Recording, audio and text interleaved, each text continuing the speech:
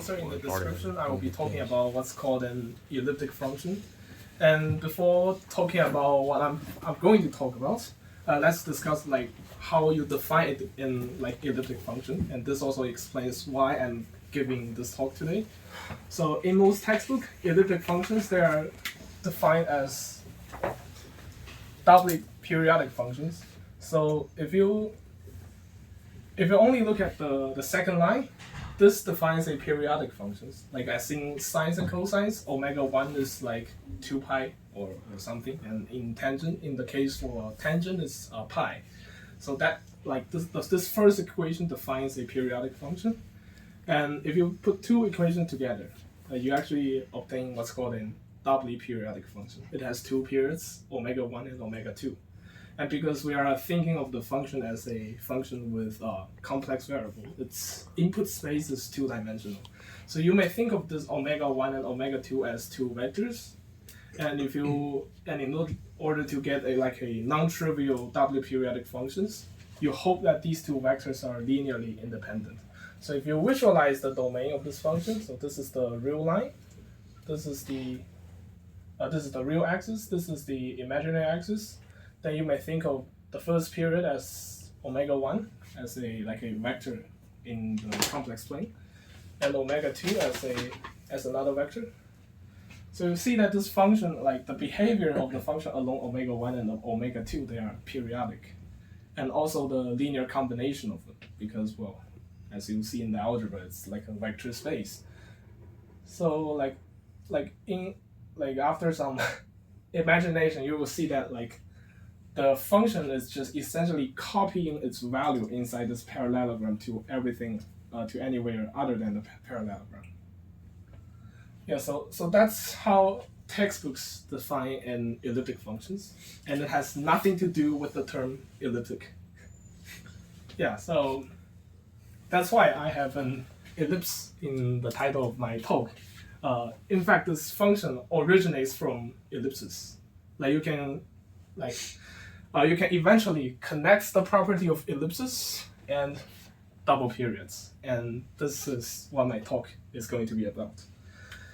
So let's forget all about these because, well, I mean, it has no context.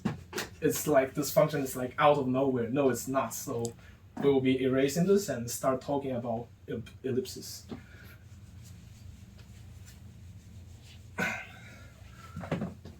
So the ellipses in my talk is not different from the ellipses that you will see in the real world.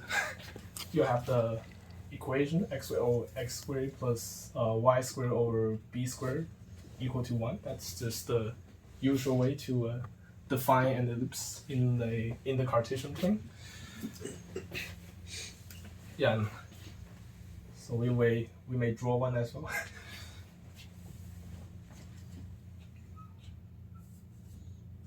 It's not that precise, but you get the idea. So negative a, and this is positive b. So this is an ellipse, and the first task for us is to find the circumference. Or for the area, you can find the area of a circle and then scale it appropriately. So we now look at the circumference of this geometric object, and due to symmetry, we only need to care about the circumference of the part of the ellipse in the first quadrant, and then we just multiplied it by 4. And to find the circumference, we are going to use some integral calculus. And before doing that, we may think of this as a parametric equation, as we often do with the curves in Newtonian mechanics. We turn them into a vector equation into a parametric equation, and the way we do that is by setting x equals to a times cosine of theta. Oh, it's in the boundary. Y is equal to b times sine of theta. And if you plug them into the equation, you can see that it actually solves the equation. And this is therefore the actual parametric equation for the ellipse. And because we are only finding the circumference within this first quadrant, we only look at the length of this curve between theta with theta between 0 and 2 pi over 2. So this is how we are going to find the length of this green curve. And the way we do that is first we find the arc length parametrization. So it's the ds squared equals to dx squared plus dy squared. Well, the Pythagorean theorem. Well, except that it's expressed in calculus. And so the right-hand side is just the squares of their derivatives. This is the a squared times sine squared theta plus b squared cosine squared theta, and then we multiply the whole thing by d theta squared. So with this parametrization, we may find the actual circumference, which we will be going to denote this by, suppose L is the length of this green path, then it's from theta equal to 0 to theta equals to pi over 2. And well, we take the square root, so it's an integral with respect to ds instead of like with respect to ds squared. So this is going to be a squared times sine squared theta plus b squared times cosine squared theta, and then d theta. So this is the formula that allows us to find the length of this segment. And after some transformation, well, I'm not going to show you the process, it's just some tedious change of variable stuff, and I'll show you the result. This result is going to be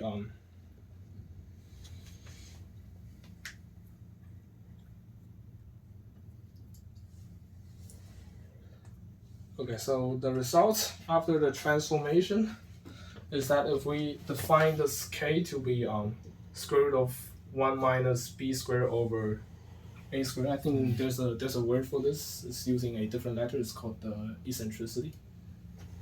And well, here we are assuming a is larger than b. Otherwise, you need to swap the positions of these two variables. So after this, introducing this term and then performing some relevant change of variables, we're going to obtain that this is equal to a times the integral from 0 to 1, and then the square root of 1 minus k squared times t squared over the square root of 1 minus t squared dt. So we get this kind of integral. And well, there are some ways to prove that you can't really find like an elementary expression to calculate this integral like for all values of k, except for like k equals to 0, in which case you have pi. Yeah, I think you have pi over 2, because that's the arcsine thing. So well, k equals to 1 is just a circle. K equal to 0 is yeah, k equals to 0 is where this is a circle, because those two are the same. That's where you have a circle, so that's why you have pi over 2 here. And well, you know that like the whole circumference is 2 pi times a, so this is exactly the whole circumference divided by 4 as we define L. And so since we can't really evaluate this integral explicitly, we name them. As we do to all the new functions, we just give a name to them. For example, the integral of like dx over x, we don't know any other functions, we just define, okay, this is natural log. So in this case, where we call integrals of this kind an elliptic integral, because well, they originate from calculating stuff about ellipses. So this is an elliptic integral. Yeah, so people also like back in like 17th centuries, 18th century, where the calculus was just invented, they don't really just explore properties of functions. They just try to use calculus to do a lot of things about curves in the Cartesian plane, and they find a lot of integrals that they cannot really simplify. So they call all these kinds of integrals elliptic integrals. So let me just erase this and we just leave this expression, because we have already transformed our discussion from ellipses to elliptic integrals. So like from now on, we'll be working with elliptic integrals instead of ellipses. So that's the first transition. And well, k, remember, is some number between 0 and 1.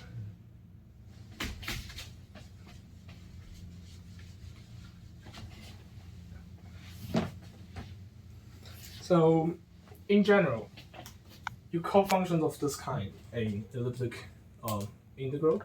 So it's an integral containing, well, certainly, or if we let t be the variable to be integrated, then the function is, then the integrand being lying inside the integral is going to resemble this shape, and r is going to be a rational function.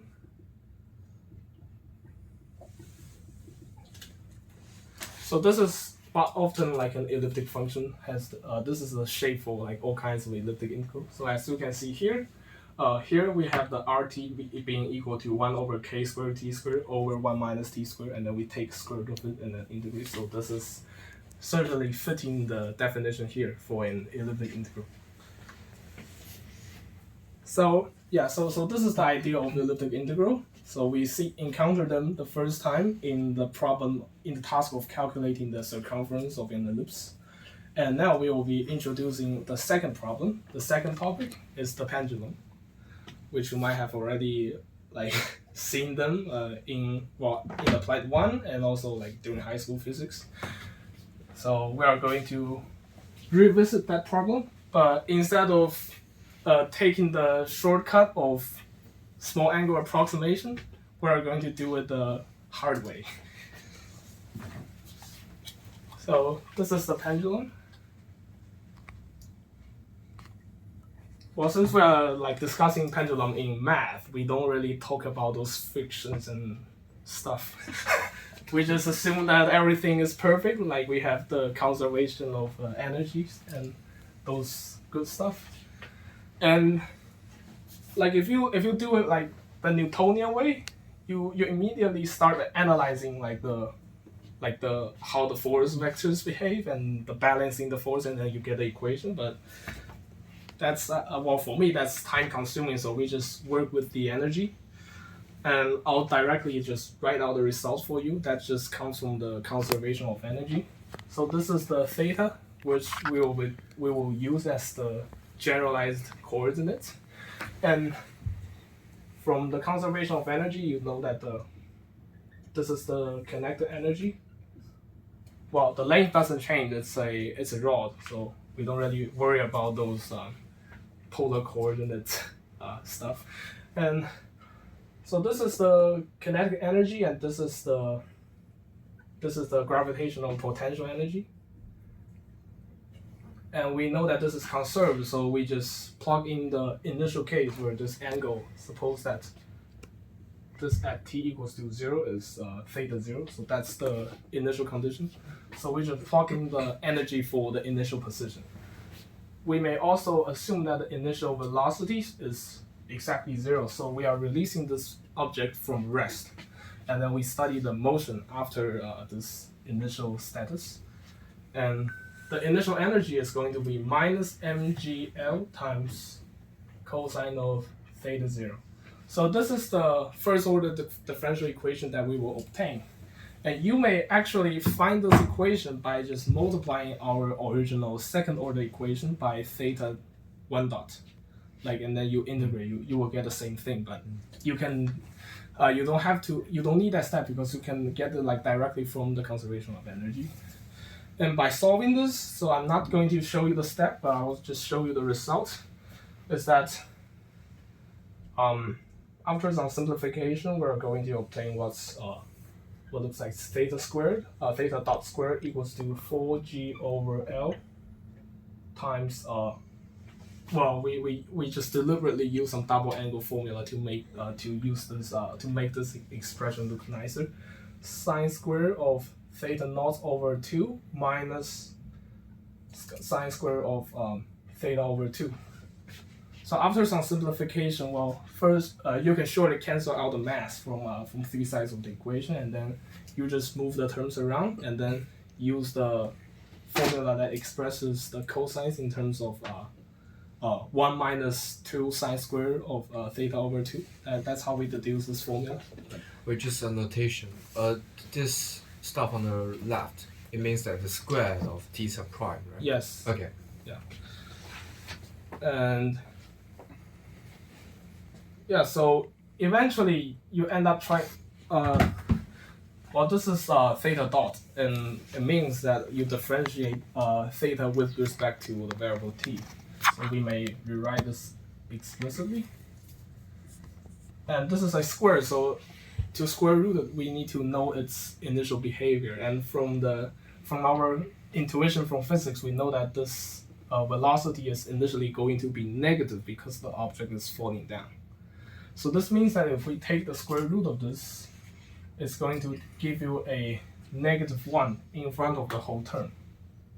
So this is -1 times 2 times the square root of g over L, and the square root of sine squared theta naught over 2 minus sine squared theta over 2.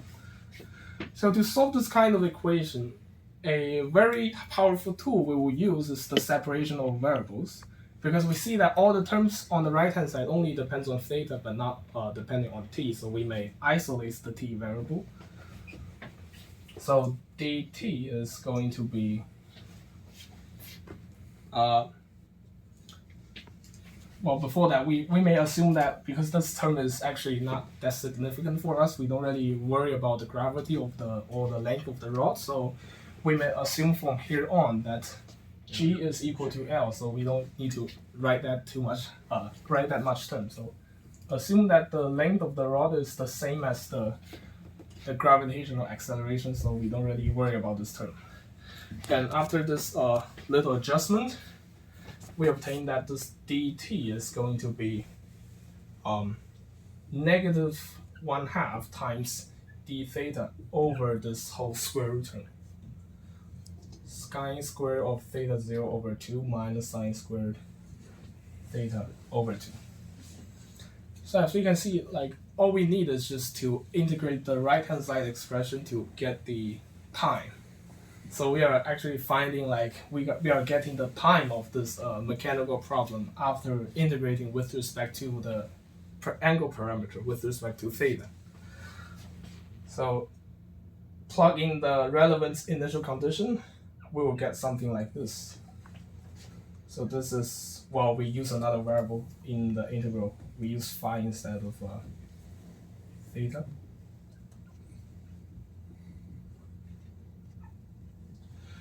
Yeah, so that's the so we get another integral, and then inside is a square root, and for time for the due to time, we just write the result.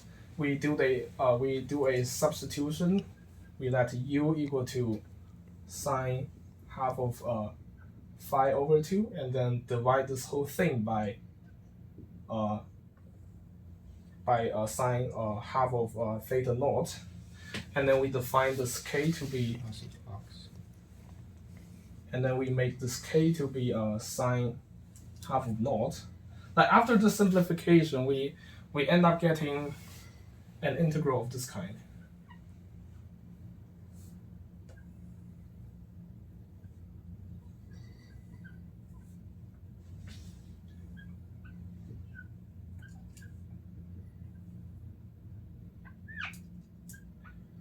So after the simplification, we get some integral that takes in this shape, and as you can see, this is actually pretty similar to the kind of integral that we have for the problem of circles.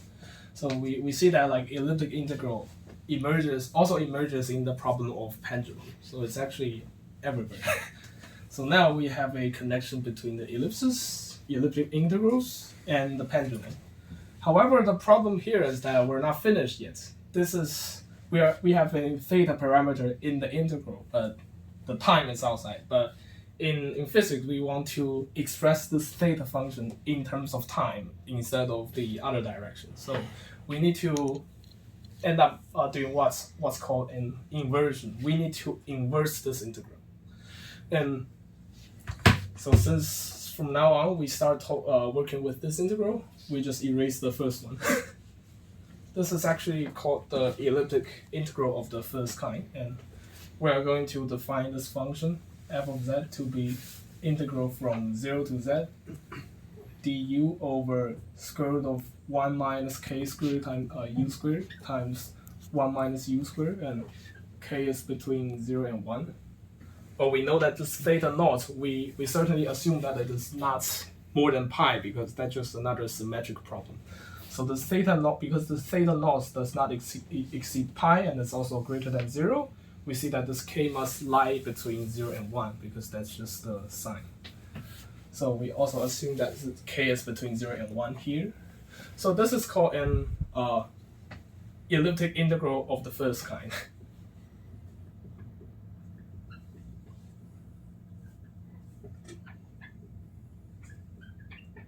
And somehow I don't really know why they call this the first kind, but the one for the ellipses the second kind.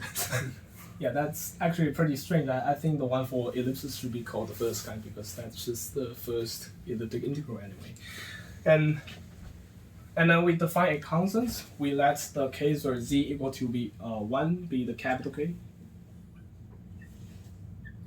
F of 1, we call this the capital K, and this is called a complete elliptic integral, because this one we also call this an incomplete elliptic integral. Those are just some words, some naming, not a big deal. So after introducing this function, we see that this is exactly the integral from 0 to 1 minus the integral from 0 to this bizarre term. So this is going to be k minus f of sine 1/2 of theta half of theta over sine half of theta naught. So we see that we end up introducing a very special function into the pendulum problem, namely the elliptic integral. And if we now introduce the inverse, since we need to express the theta, we need to express the theta parameter in terms of time, we need to first inverse this integral. So that's where the term elliptic functions come into our discussion. And we call, so when this w is equal to f of z, then we call this z to be a certain function. This is called the Sn of w. And the first person who introduced this term is, who introduced this function is Jacobi, so we call this an Jacobian elliptic function. And that's also one of the first few examples of like actual elliptic function constructed from real world problems. So this is the first one. It comes from the discussion of pendulum. So after introducing this function, we will see that sine of theta over 2 over sine of theta naught over 2 is equal to the Sn of k minus t. So you see that, like, after some elementary manipulation, you can express this as like arcsine of some function, but this is not that important in our discussion here. But as you can see, this elliptic function appeared in the general solution for the pendulum problem. But by the way, is this f invertible for all possible values of z? So since we take a sine function in this in our change of variable, Yeah. this is going to be between 0 and 1. Okay. So at least for the real case, the function is increasing, Ah. so it's going to be inversible. Okay. Increasing and continuous, and then just use the intermediate value theorem. You will guarantee that the inverse is unique. Okay. Well, at least in that line segment. But we will see in a moment that, For complex. yeah, for complex values, it's also invertible. Actually, like for the first quadrant of the complex plane, it's also invertible. Mm-hmm. And we will derive some more remarkable properties from that property as well. So now we just stick to the real case. And because we know that this theta parameter, it depends on t, and from the conservation of energy, we will see that this pendulum motion is actually periodic. Like, even without a small angle approximation, it is still a periodic motion, but except that when the angle is small, we have something that is more than periodic. It's like harmonic, simple harmonic motion. But when theta angle is large, it also has the periodicity. And in this case, by the calculation we have from here, when we see that when theta is travels to 0, like when theta is equal to 0, this time is equal to the k constant, which means that it travels k seconds to let this pendulum to fall through the vertical line. And due to the conservation of energy, you know that the pendulum motion is actually symmetric. So it actually takes another k seconds for it to go to the other side of this line. And then it takes 2k seconds to go back. So we see that the pendulum motion is actually 4k periodic. And it's like, and then this, because we also know that the pendulum motion is characterized by elliptic function. We know immediately from this physical fact that this function is actually 4k periodic.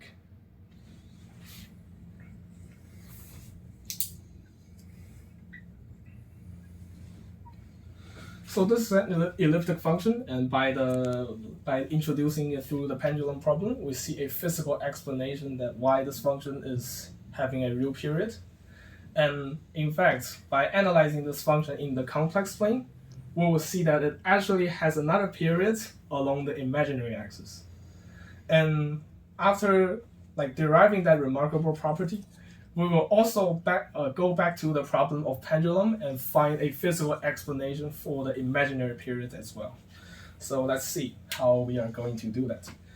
And well, those calculations are a bit messy, and just trust me, we don't really need to do that kind of job like in ladder analysis. We don't need to manipulate with differential equations. Those calculations are, although differential equations are interesting if you just read about them, but if you start calculating, it becomes less interesting.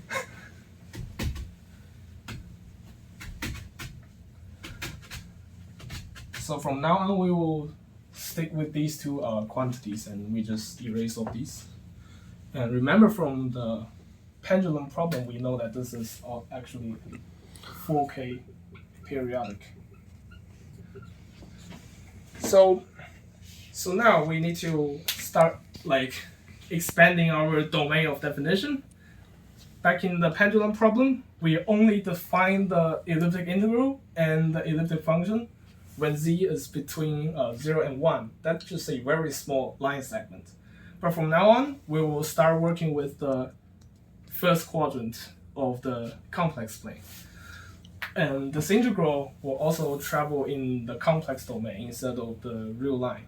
So to formalize this idea, we need to introduce some concepts from complex analysis. And that's going to be relevant about how you integrate a function along the complex plane. Because in the real case, you don't really have any other direction. You just go from the starting point to the terminal point. Because you are in a line segment, there's literally no other path for you. So you just go straight. But in complex plane, if you want to integrate a function from point A to point B,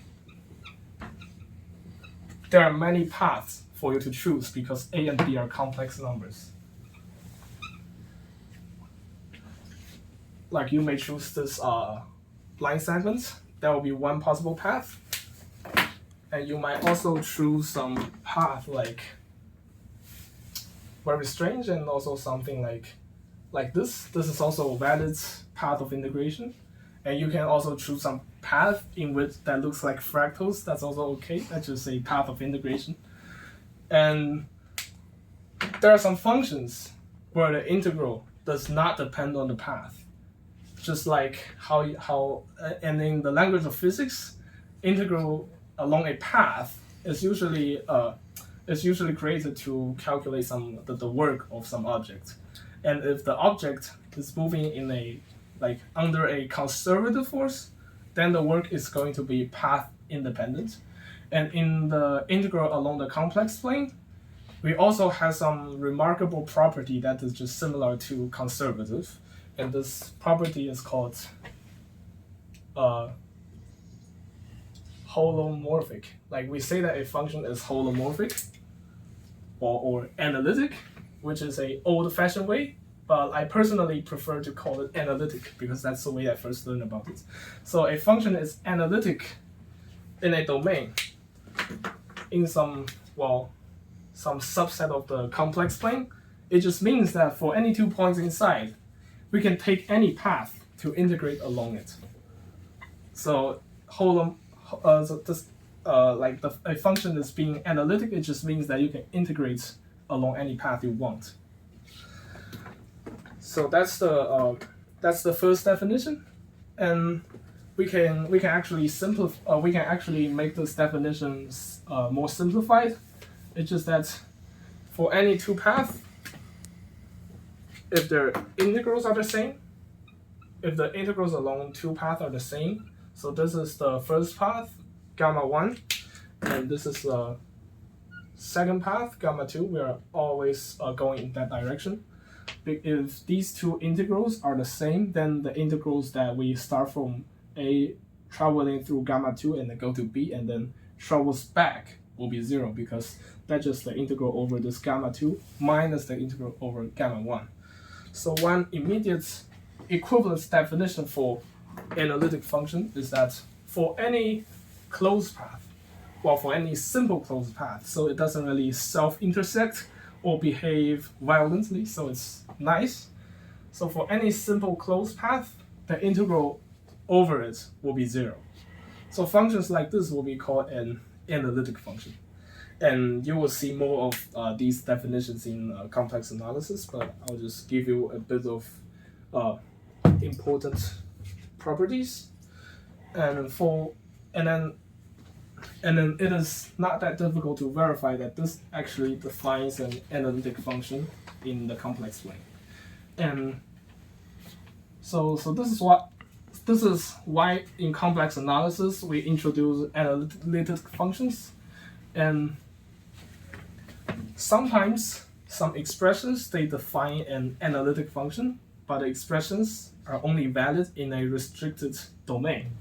And a very famous example is the Riemann-Zeta function, where we define this by the series. And the series, as you know, it only converges when the real part of S is greater than 1.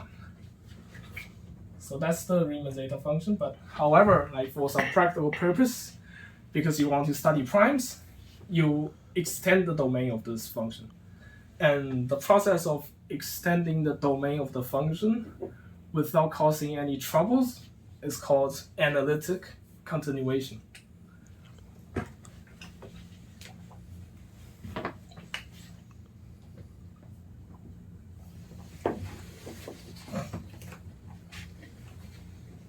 And the area, or as the concept was first crafted in 19th century, there has been many attempts to make this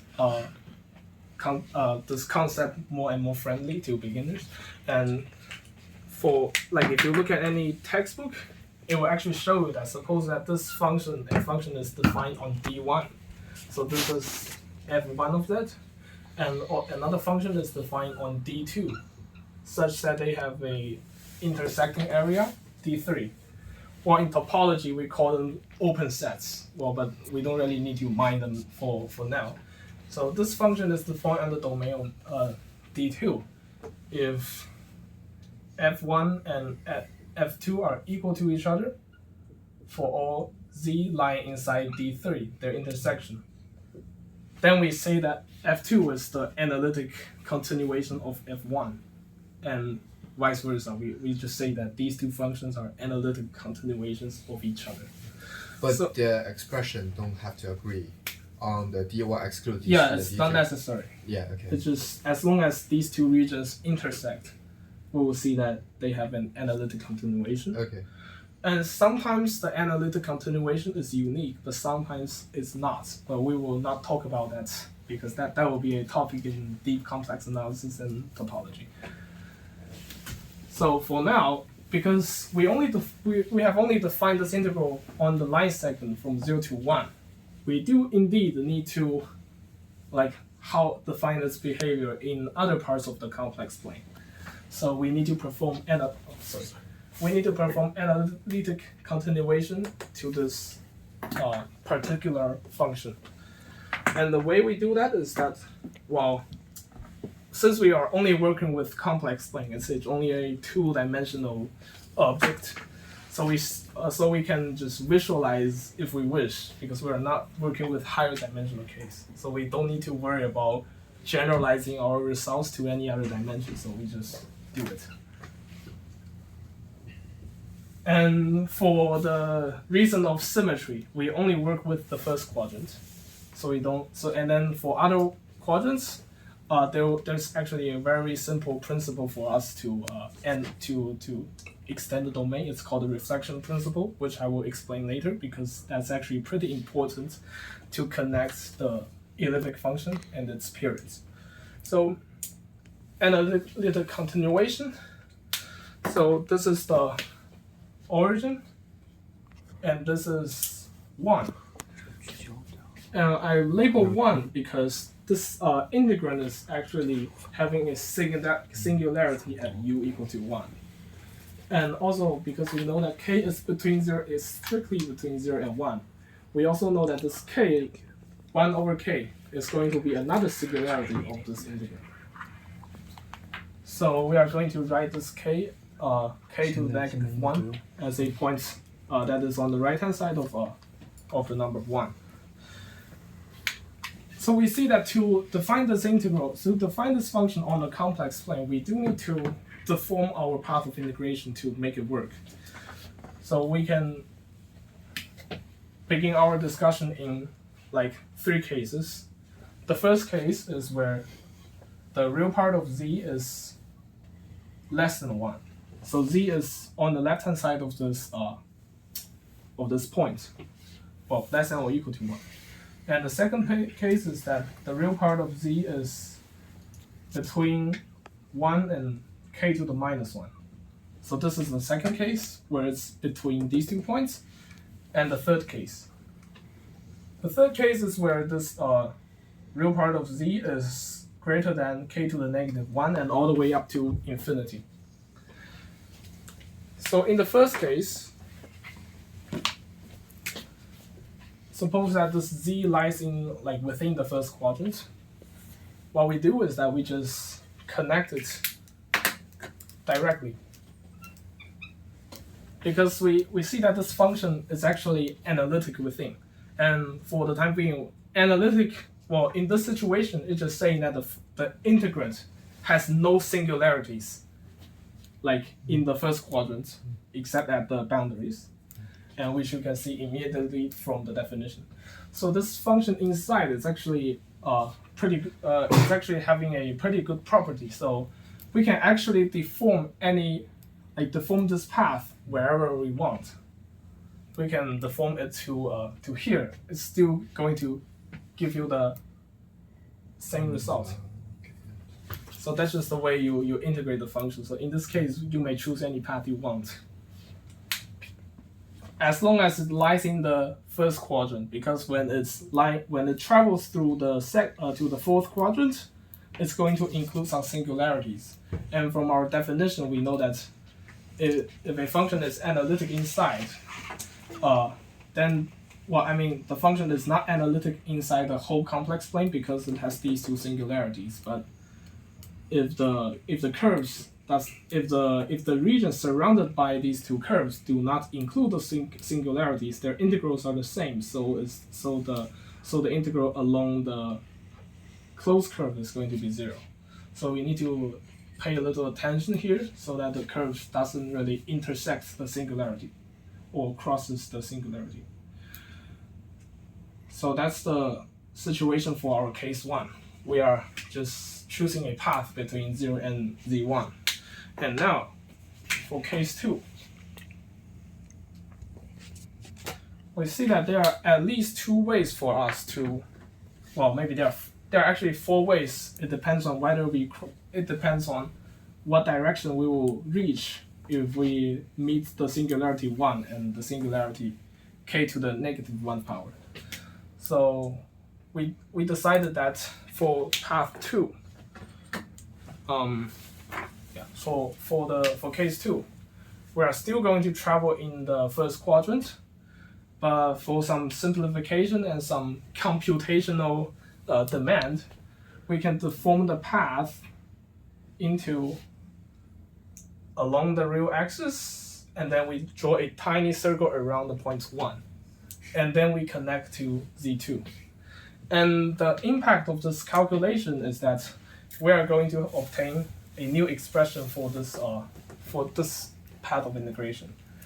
And I'm going to write you the result because, like, in the process of calculation, you require some very technical detail from complex analysis, but I'll just write you the result. So f of z is equal to k plus I times the integral from 1 to z. Maybe I need to use another marker for this.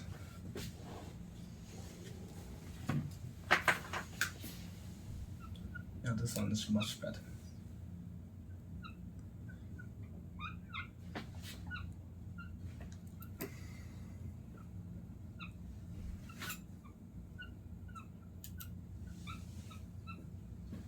Okay, so you can see that compared to the original definition, we actually flip the sign of 1 minus u squared. We turn it into u squared minus 1, and we extract a unit for imaginary number here.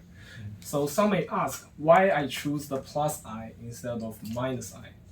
And that is part of complex analysis, because if we use minus I, then this path of integration this integral path need to travel from the 4th quadrant.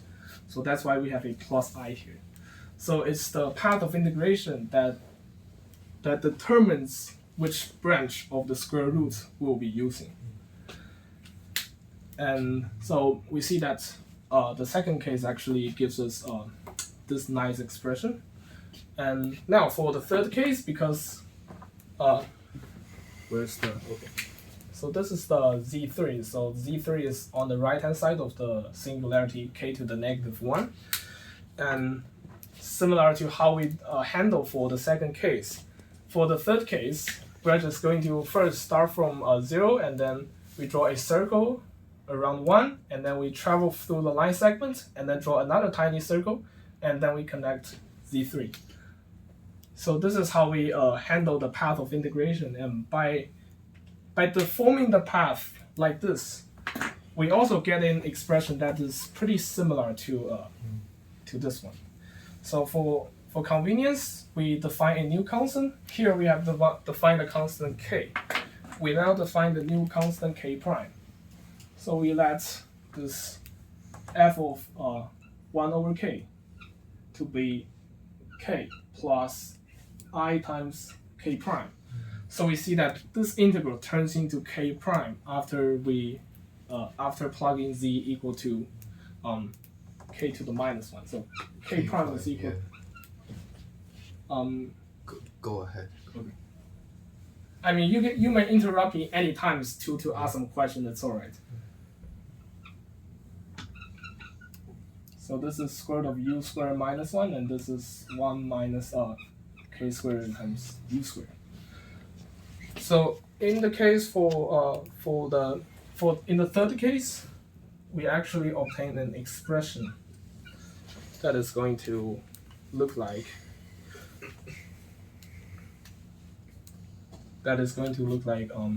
k plus ik prime, and then because we are making a circle in the first quadrant, we need to multiply this integral by another I, and we know that I squared is negative 1, so we get the minus sign in front of the integral.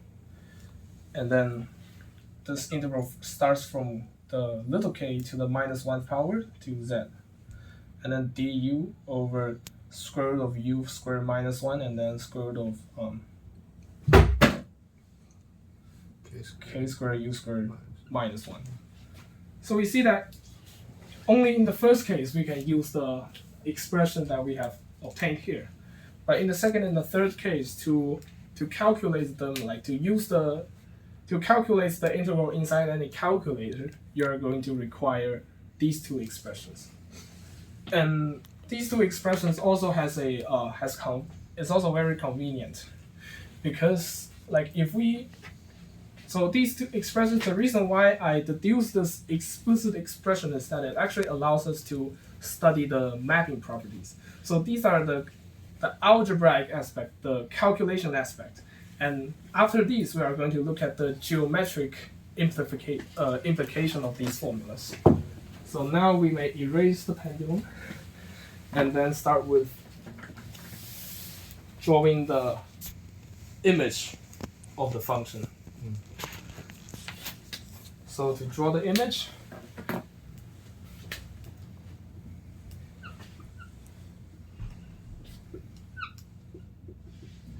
we need to distinguish these two planes. We call this the z plane because the variable we are considering here is the complex variable z. And we consider the range, the image as w because that's the way we define this symbol. So we will call this image plane the w plane. So before actually looking at how the region is transformed, we first look at the boundaries. It's like when we are drawing in shape or drawing any objects, we may first draw the boundary and then we draw what's inside and we fill in the colors. So in the case of this function, we study the function by first analyzing its behavior on the boundary of its domain. So we see that the z-plane, the first quadrant of the z-plane is bounded by the real axis and the imaginary axis. So we first see how these two, how the function maps the real axis and the imaginary axis. So now we may look at the first case, when z is lying between 0 and 1, like on the real line. Then from the definition here, we know that the function is real when z is real. And by looking at the integral, we also see that this function is strictly increasing. So we see, and also the function at z equals to 1 is equal to the constant k. So we may label the constant k by our blue marker. So this is going to be the constant k. And we see that because we have already finished our discussion concerning the path of integration, I'm going to erase these demonstrations because they are not used in the future.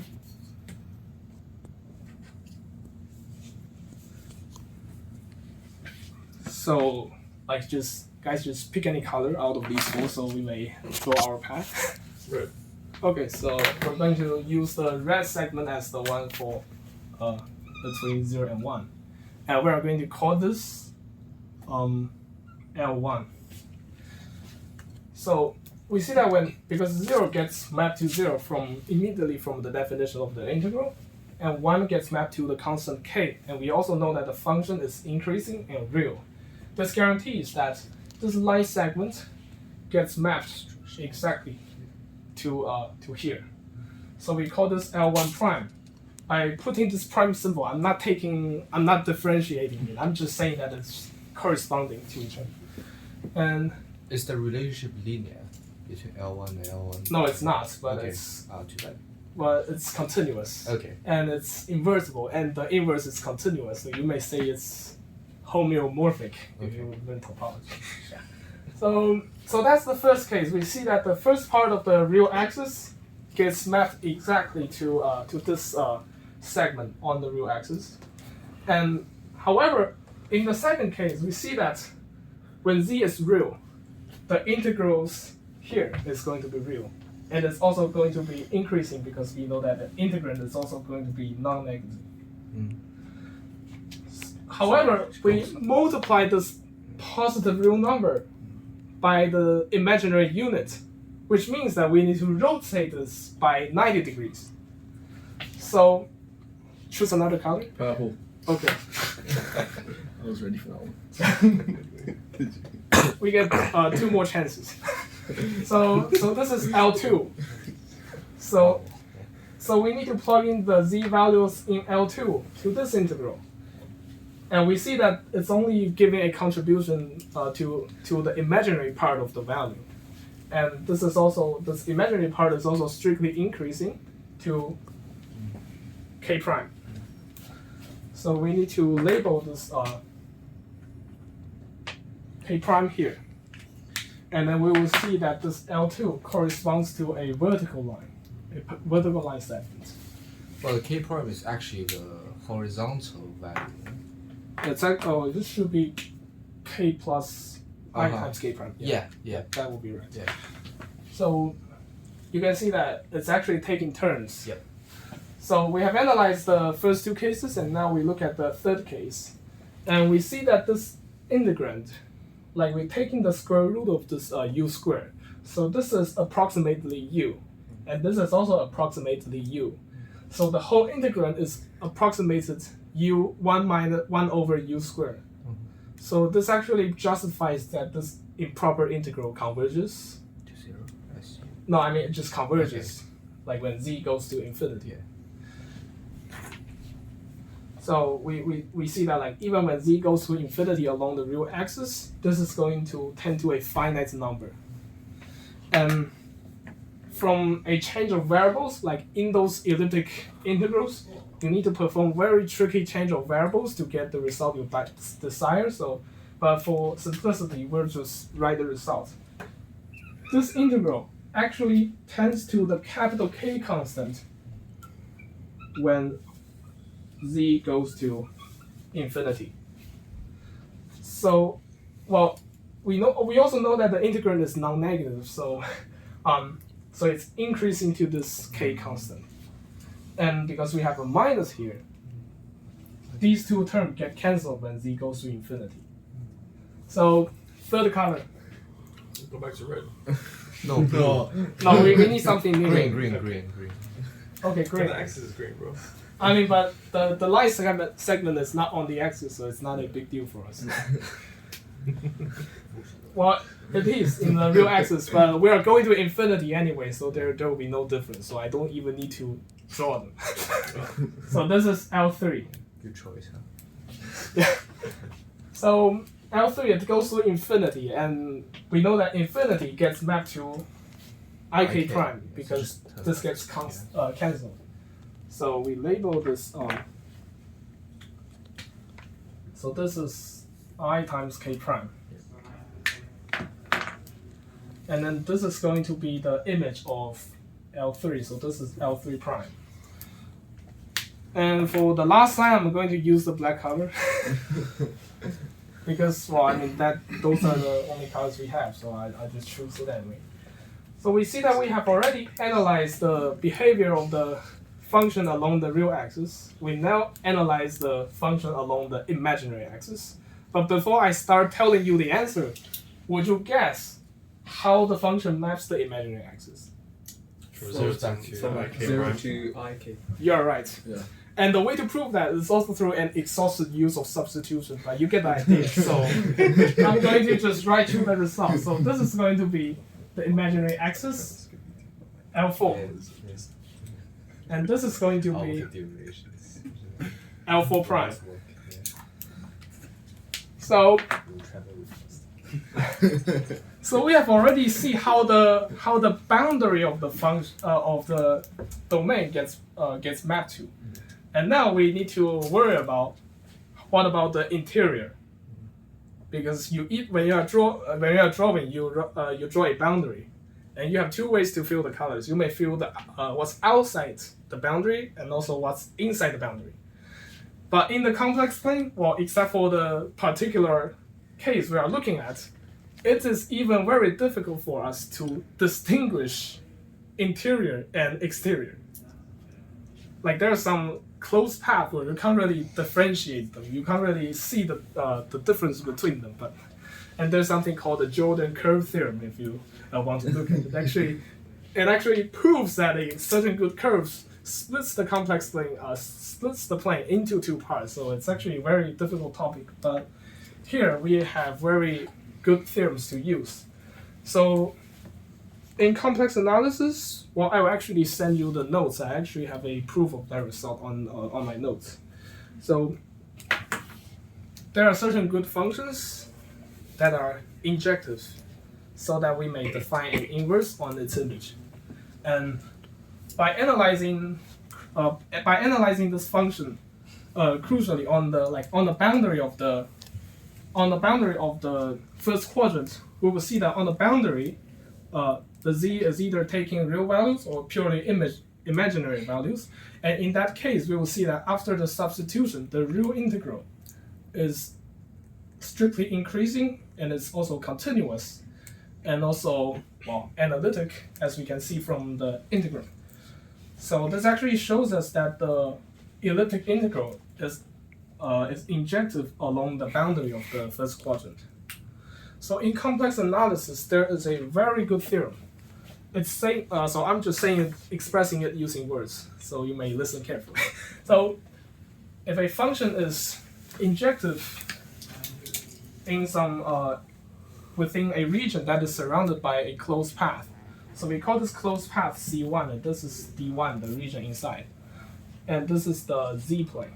So if a function is actually like injective on the boundary of this region, then we will see that the boundary, when the boundary gets mapped to C2 in the W plane, the D1 actually gets mapped to the interior of the region.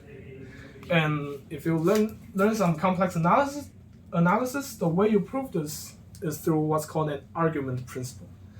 It actually connects the this points inside the region as the zeros of the function. That's how you will prove it. So if we apply this theorem to the function we are working with, as we know that the boundary of the first quadrant gets mapped to the boundary of this rectangular region. One technical thing, it doesn't really form a closed region. Yes, does it? yes. So yeah, that's a very good question. I'm actually waiting someone to ask this. In complex plane, there are treatments for infinity. Yeah. And the treatment that is commonly used is called a Riemann square, Riemann sphere. Mm-hmm. We consider the infinity as one point. Mm. So we see that if the function tends to infinity along the imaginary axis, like through a substitution, you can prove that the function also reaches here. But through the real axis, it also reaches here. So you actually consider the infinity as one point. And there are ways to visualize this. Like suppose this is 0 and this is infinity. Just draw. This is going to be the real axis, and this is going to be the purely imaginary axis. And this is negative real, this is negative imaginary axis. So you actually consider infinity as a point joining them, joining the axis. So that's the Riemann sphere, and Wikipedia has a much better illustration than the one I drew. And yeah. So we consider infinity as a vertex. So we see that this is also some sort of deformed rectangle. So it's also a closed region. Well, but if you want to put this more formally, you can actually make it deform in the path, and then you take a limit, you will still obtain the same result. So what we have proven here is that the function maps the boundary of the first quadrant correspondingly to the boundaries of this rectangular region, and the interior of the first quadrant is mapped to the interior of the rectangle. In the rectangular boundary. And we also know from that theorem that the function is injective even inside the first quadrant. Well, by splitting the integral into real parts and imaginary parts, you can also see those results by calculations, but we will not do that here. So, well, these expressions have already completed its mission, so we will erase them. Its only mission is to extract these mapping properties, so we will erase them. Hasta la vista. And yeah, so we have already shown that the elliptic integral, like its image is right here. It's in this beautiful rectangle, and we can define an inverse function on it. So another complex analysis theorem to save time: if an analytic function is like invertible in a region, then the inverse defined on its image is also going to be analytic. So we have a lot of remarkable properties to use.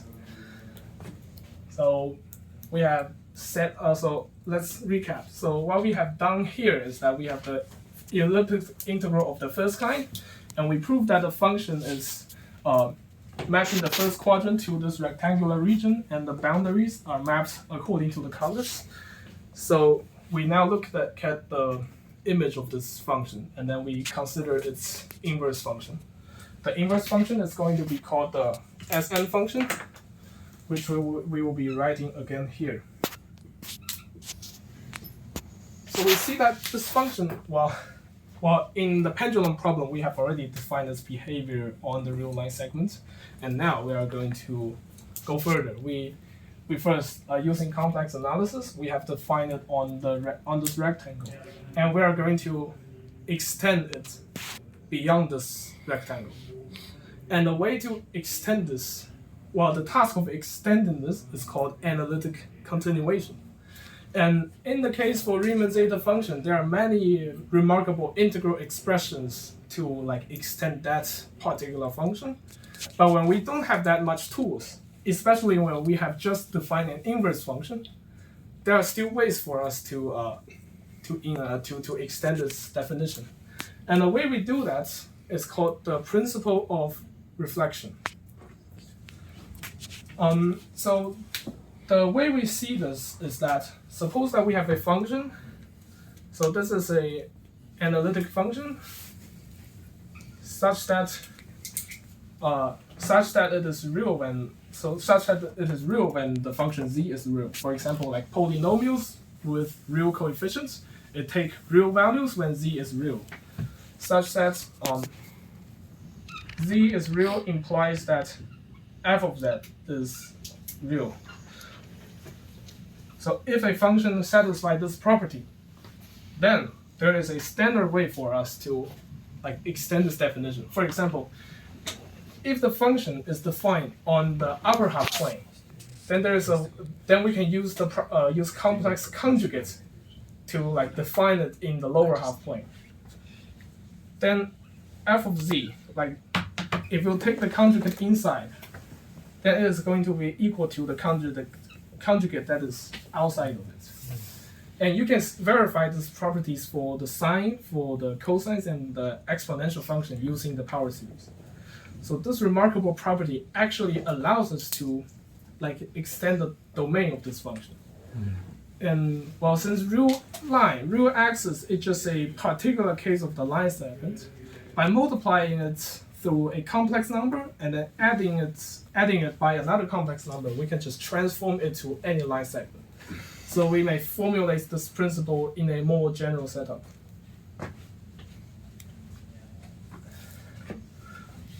So suppose that this is L, and we have the region D1.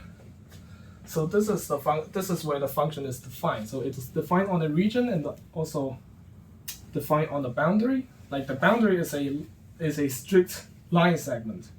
Now we label the points Z1 and then W1. So this is the Z plane, and then suppose that this L gets mapped to L prime on the W plane, and then this is f of Z1. And then this is going to be Z2. So what we have is that these 2 points, they are symmetric about the line L. So you want to know how we can extend the definition of this function so that the new function is also analytic. So that's our task. And the way we do that is very motivating. We just define f of z2 to be symmetric about f of z1 when these 2 points are symmetric about the line. So we just define it like by making them symmetric. So this is what we know, and this is what we don't know. So this is f2. Yeah. So this is the way to like extend the definition of the whole function to the other side of this line. It's just by making them symmetric about each other on the image. So that's the way we extend the definition. And the full name is called Schwarz reflection principle and also principle of symmetry. Those principles are talking about this property. And it can be proven while using some standard complex analysis technique like Morera's theorem and other stuff that the new function is analytic, and they agree on each other along the line segments, so that they are actually analytic continuations to each other. So now we have done the theory. Now here comes the application. We see that the function is the elliptic integral is mapping a lot of line segments and lines to line segments. So we see that its inverse function is also going to map line segments to line segments as well. So we will use the principle of reflections to extend the domain. But for convenience, we are going to shift this diagram to the left-hand side so we have more space to operate. So this is going to be our new real axis, and this is going to be our new imaginary axis. And this is our origin. This is k. This is 2k. This is 3k. This is going to be 4k. It's not equidistant, but you get the idea. And then we need to redraw the lines as well. So this is the L1, and then we have the k prime, I times k prime, and we also have the k plus I times k prime here. And then the color after red is purple, so this is L2 prime. So we have the prime here as well. And then L3 is the green color, which we connect back to the imaginary axis. And then the fourth one is the line segment, L4 prime. So so that we can demonstrate how we perform analytic continuation on the function z equals to Sn of w. Yes. And suppose that this is going to be say z1, and then we also assume that this is actually a point. Well, we know that first quadrant gets mapped to the rectangle, so inside the rectangle gets mapped to inside the first quadrant. So let's just assume that z1 corresponds to w1. Oh wait, because that's the W plane. So let's just we should use a appropriate symbol for them. So this is going to be W1, and this is going to be Z1. And so because you get the idea of reflection, I'm going to erase that to free up more space for us to operate. But remember, this is the Z plane, and the one on the right, left-hand side is going to be the W plane. So we see that. Suppose that W1 and W2, suppose that they are symmetric about the line L2 prime. Then, by the principle of reflection, we should see that the function should map W2 to a point that is symmetric to Z1 about the purple line L2. So that's why we label the colors so we can see them more clearly. So Z1, we do a reflection, so this is going to be Z2. So you get the idea. So they are symmetric about the real axis. So by the similar principle, we can also, since we can map a point to a point, we can also map a line segment to a line segment because they are just sets of points. So by the principle of reflection, if we reflect this L4 point along the purple line, we first going to obtain this. This is going to be 2k plus I times k prime, and this is going to be L4 prime prime. I add another prime just to say that they're actually symmetric about each other. Okay, so Yeah, the blue line as well, L3 prime prime. So want you track the direction as well? Because L3 prime goes. the points are corresponding to each other. But for Yeah, here, that one. That's the one. yes, there is a issue about the direction. You're correct. No, wait. Shouldn't it be left for the left thing? Because it's L3 goes that way, right? And then goes. I'm just saying that if Z is traveling through this direction, they should be different. Alright, fair enough. Okay. Yeah, but in fact, we don't actually like reflect about L3 in the second rectangle. So we always start working from the original rectangle. But here we are trying to do the reflection along the horizontally. So we don't. Yes. What happens if your reflection point falls along the L4 prime and the L3 prime? How does that map into the Z plane? You mean like the Yes. boundaries? Well, so say your reflection point goes up through that diagonal. How do you map that then onto the Z plane? Like here? You mean? Yeah. So if you draw a line up from K through to IK prime, and Okay. you pick any complex number along that line, how do you map that then back to? It should be this. But I'm saying because there's like a disconnect between L4 and L3 in your Z plane. Well, they are They're actually. I mean, connected, they are connected by infinity. Oh, okay. Yeah. Okay. Yeah, and you are actually correct. This gets mapped to infinity, so this is actually a singularity of the inverse function. Okay. And so now we have done the first reflection. We now do the second reflection. So we see that we draw the line that is symmetric to W2 about the new line, the new black line L4 prime prime. Because this line corresponds to this line. This is a reflection about L2. So L4 prime prime is going to correspond to the negative imaginary axis.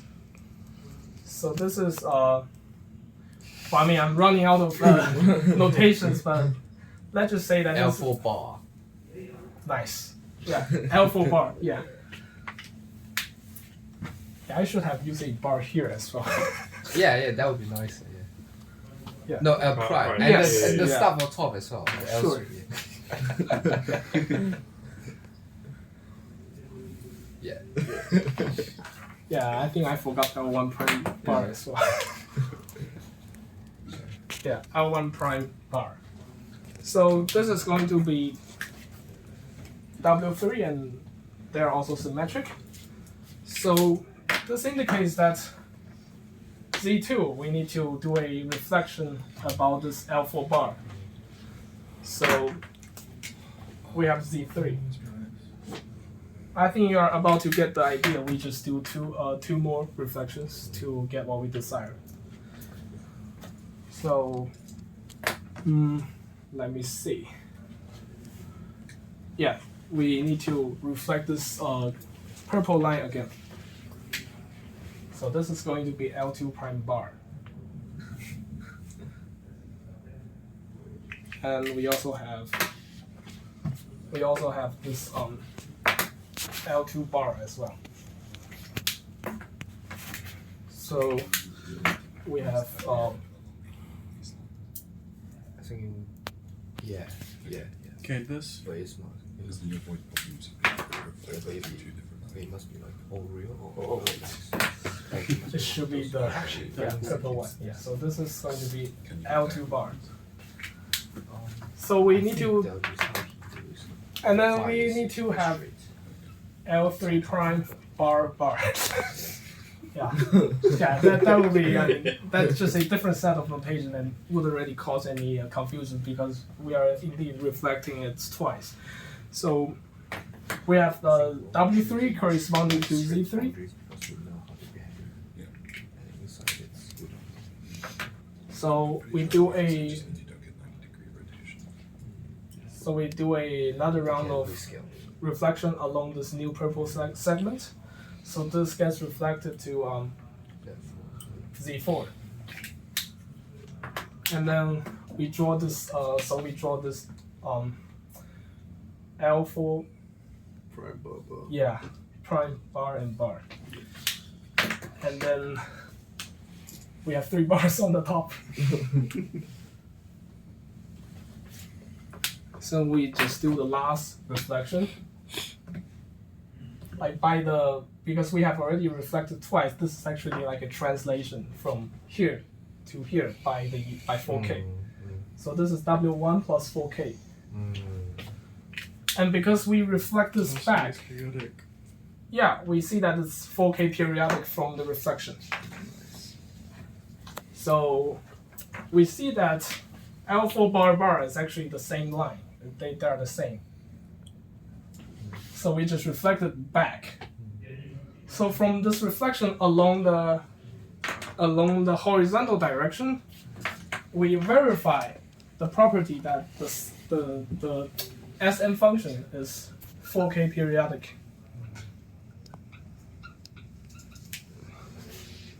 So this is the first property we have, and this is actually consistent with our observation from the pendulum problem.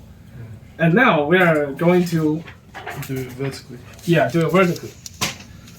So we still have W1 in the fundamental rectangle. Instead of reflecting about these vertical lines, we perform reflection along these horizontal segments. So we are going to do it with L1. Because we have already used the letter L, we are going to use some other new letters. Just choose some. T. What? T. P. What? T. P. Fine. Okay, we'll use P because he said it Got it. first. So this is so this is P1. Not a big deal. We use T here.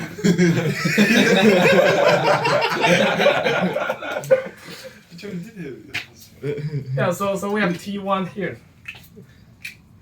It doesn't really matter whether it's above L1 or not. We just reflected about it. It's not a big difference. Just for demonstration. So P1, we first reflected about this L1 prime. To obtain this P2. Yeah, let me have a check. Okay, so we obtained this P2, and then we need to do the reflections on these axes as well. So this is going to be L4 Quick. tilde. Yeah. Oh, nice. yeah, tilde. And we need purple lines. This is going to be L2 prime tilde, and we should also have. Start telling right. Oh yeah. It's just homeomorphic.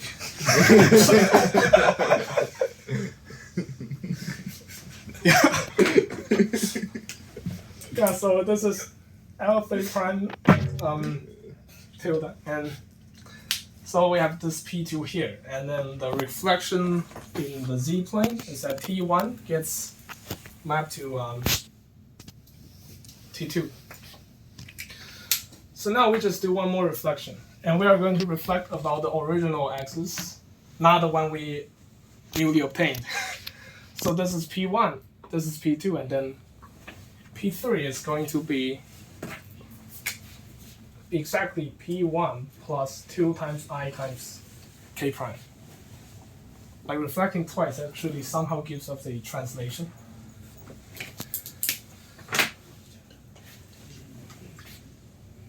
Yeah, so to see this, we may do some.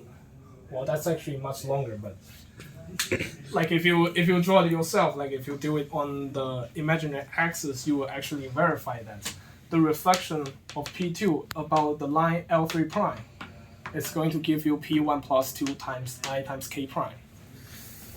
And from here, because this corresponds to another portion of the real axis, so to obtain the reflection of T2, we just do a reflection about the real axis once more, and then we see that it gets back to where we have started. So this suggests that the function is having an imaginary period of 2 times I times K prime. 2I K prime. Over the horizontal line. So this is how we obtain the Also, double periodicity of like the Jacobian elliptic functions. And as we can see from our discussion, elliptic functions, they originate from calculating the inverse of certain elliptic integrals, and elliptic integrals, they appear in the task of calculating like the circumference of ellipses, and also the pendulum problem. However, mathematicians, because they work with math, not with physics, they decided that, okay, we're gonna stick to these two properties. We're going to define elliptic integrals as functions with two linearly independent complex periods. So that's why they often define elliptic functions as doubly periodic functions. So that is already finishing our analysis for this Sn function, and we are now going to explain this through physics, like why this function is having an imaginary period. And it's two, like period 2. Stop. Yeah. We can actually you can actually find this expression for the period by modifying the pendulum problem. By modifying, we're not modifying the parameters. We're just modifying the way the time travels. So in our real world, our time is traveling through the real axis. But to find this period, we hope that the time had better to travel through the imaginary axis. So now may I erase this z-plane so we can draw the pendulum again? Yes. Does that complex period, does that correspond to like a rotating pendulum where if Well, you take... we will explain that, yeah. So I'm going to erase this part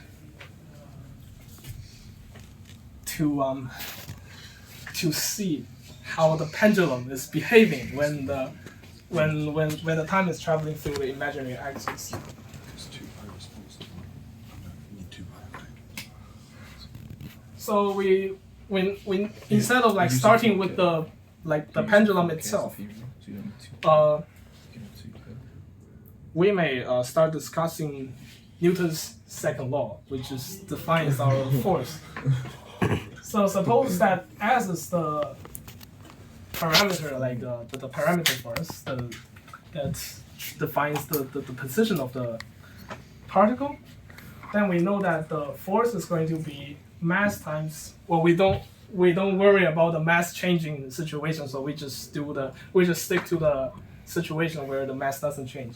So it's going to be mass times the acceleration which is the d squared of s with respect to the time. Yeah, that's just the acceleration, as we have learned.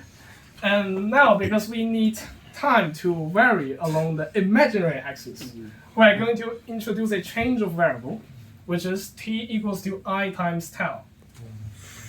So this tau is going to be a real variable. So and there's a additional minus in front. Come on, don't spoil it. So d over dt is going to be d over d tau times d tau over dt, and this is exactly going to be minus I times d tau. So we see that this force is going to be negative times m times d squared of s over d tau squared. So we see that if the time is varying along the imaginary axis, then the pendulum is subjected to a force that is pulling it upwards, which is just another pendulum. As you can see from the picture, we just label it like this, which is just another pendulum. It's just that the way we label the angle is different. And then I will not show you the steps, but I will tell you that its solution to this problem is sine of theta over 2 over sine of theta naught over 2 being equal to the Sn of k plus I times tau. But in the original case, it's not Sn, it's just f of t minus that. No, k minus t, right? Yeah, because, well, that's substitute. Yeah. Wait. What was the original one? The original one, SNK minus T. K yeah, minus it's T. minus T. Yeah, so it's just a simple substitution there. Yeah. I think. No, not exactly.